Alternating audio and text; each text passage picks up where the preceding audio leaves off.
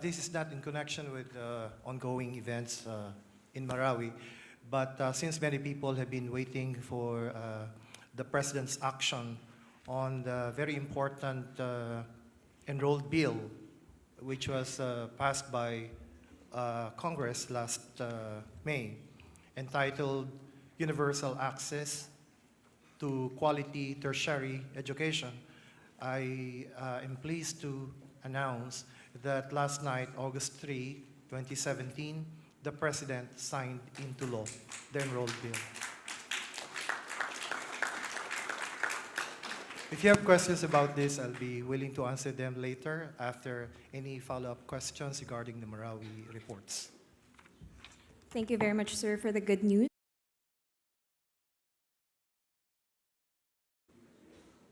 Pia Renada Rappler.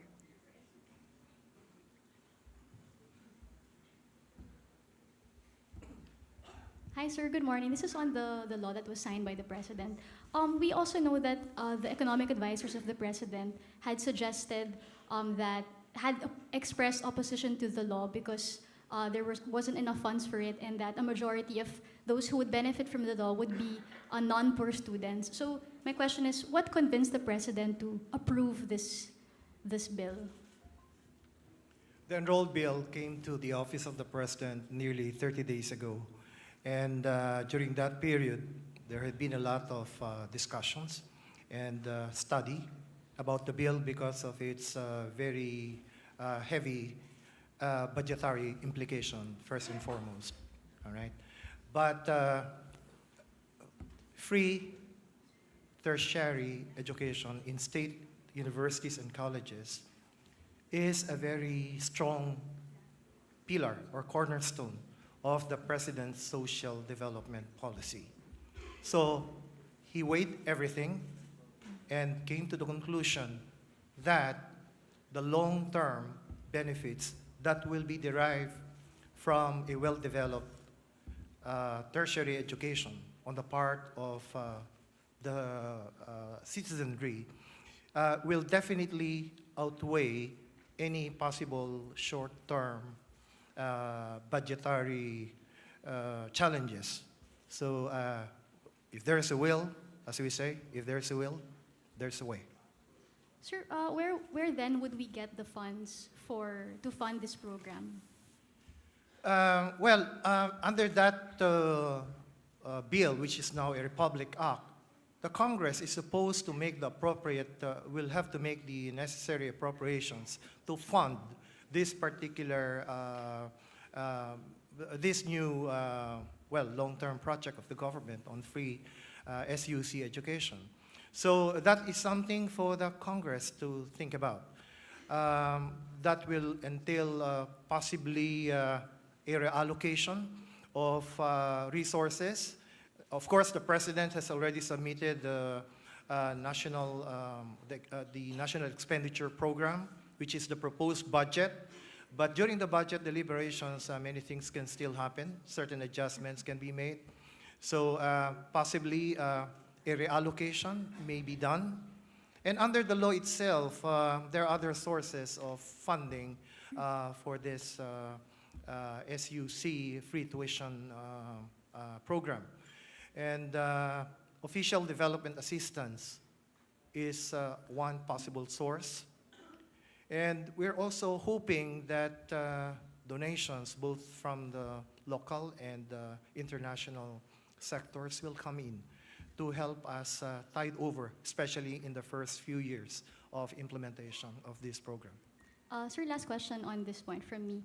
There was also word that yesterday there was a meeting between lawmakers and the economic advisors of the President. One, is this true? And second, was this meeting pivotal in convincing the President to approve the bill? What discussions took place that convinced him in the end to approve the bill? The discussion yesterday probably contributed. No? It was an exchange of ideas on the matter. But until last night, the President was still trying to figure out the best possible solution to, because there was a time that people felt, that some officials felt that this may be a 50-50 thing.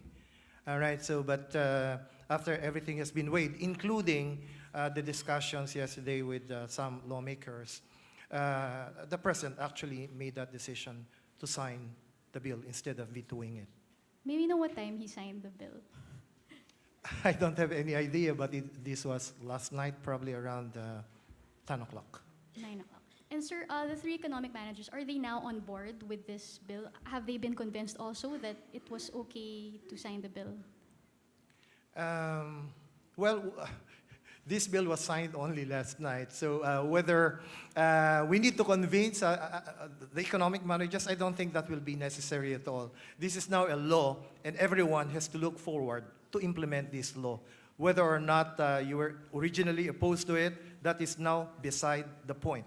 All we need to do now is to unite and coordinate all our efforts in trying to find the most solution to the most important problem confronting this program, and that is really the budgetary allocation, the funding for this program.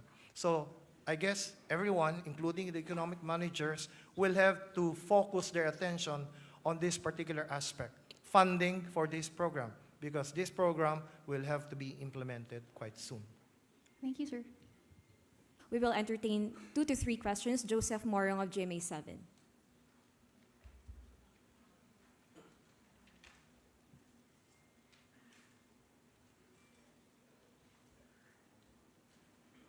Secretary E.S. Guevara on the tuition. All right, so the president is adopting the bill, signed it in toto, no? So all of the provisions in the BICAM bill will be implemented, yes? And any budget that you're looking at para lilipatan for the implementation of the law? You said that there will be reallocation of funds. Any agencies that you're looking into now na pwedeng pagkuhaan ng pera? I guess that is really the principal responsibility of the Congress when they deliberate on the budget. Okay. So, Right now, I have nothing very specific to say about which projects or which programs or which agency proposed budget might be affected. But I guess because budgeting is basically resource allocation, all right, we have a total amount in mind, and it's really a matter of allocating these scarce resources.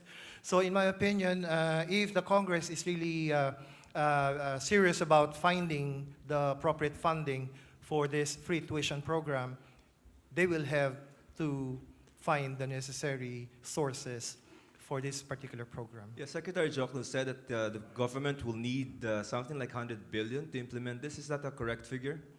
Well, the CHED, the Commission on Higher Education, thinks otherwise. The 100 billion peso estimate of the DBM seems to be on the very high side, because that is on the basis of the assumption that all aspects of the free tuition bill will be implemented all at the same time.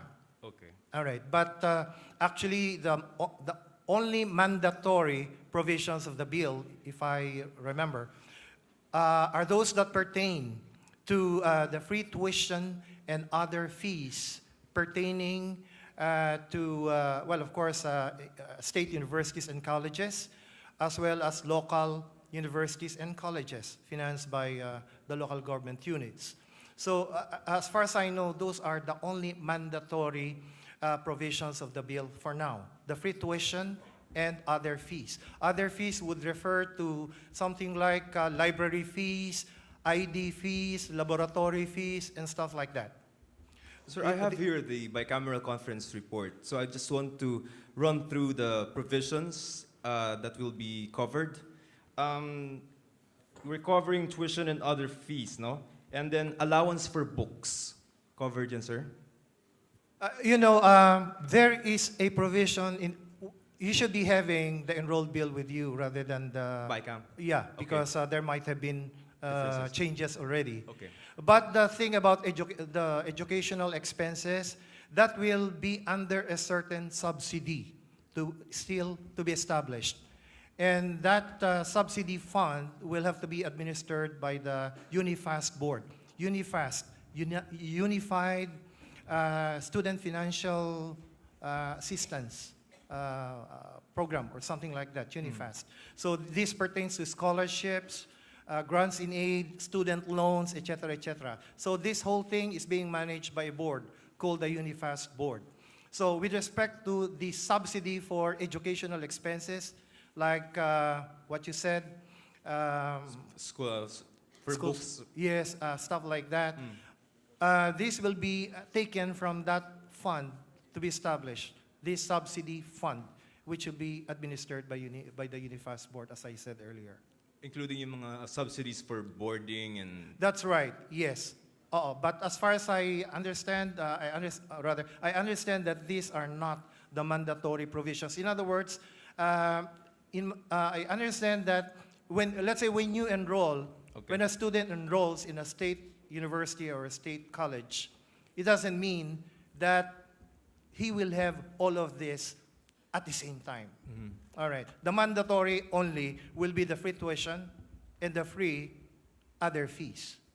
Now, as to the subsidy, that is something to be processed, all right, Okay. for educational expenses, related educational expenses.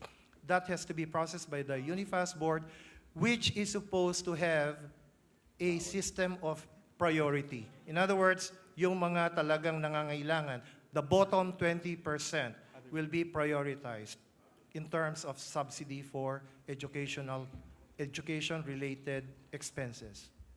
Okay, so free tuition and miscellaneous fees, those are the first few that we will cover, no? That's my understanding, mandatory yan Okay. under certain provisions of the enrolled bill. All right, thank you for your time.